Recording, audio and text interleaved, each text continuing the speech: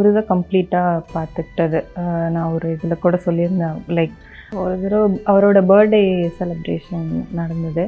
அப்போ நான் போயிருந்தேன். அப்போ வந்து அவங்க ஃப்ரெண்ட்ஸ் வைபோ அவங்களாம் கூட்டிகிட்டு போய் இதுதான் உங்கள் தம்பியோட கேர்ள் ஃப்ரெண்ட் அப்படி சொல்லி இன்ட்ரோ பண்ணி கொடுத்தாங்க. அப்போ தான் ஃபஸ்ட் டைம் மீட் பண்ணேன்.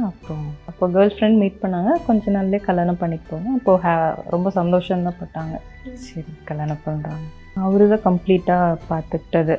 நான் ஒரு இதில் கூட சொல்லியிருந்தேன், லைக் என் அப்பாவையும் அம்மாவையும் அவர் ஒருத்தர் தான் ரீப்ளேஸ் பண்ணார். சிங்கிள் ஒரு பொண்ணுக்கு எப்படி அப்பா தான் இம்பார்ட்டன்ட் இல்லையா, அவர் தான் இறங்கி எல்லாமே செய்யணும். அதே மாதிரி ஒரு மேலுக்கு வந்துட்டு அம்மா தான் இறங்கி எல்லாமே செய்வாங்க. ஸோ அந்த பிளேஸை ரீப்ளேஸ் பண்ணது அவர் தான் ரீப்ளேஸ் பண்ணாரு. ஸோ அதோட ரொம்ப பிளஸ்டு இல்லைங்க.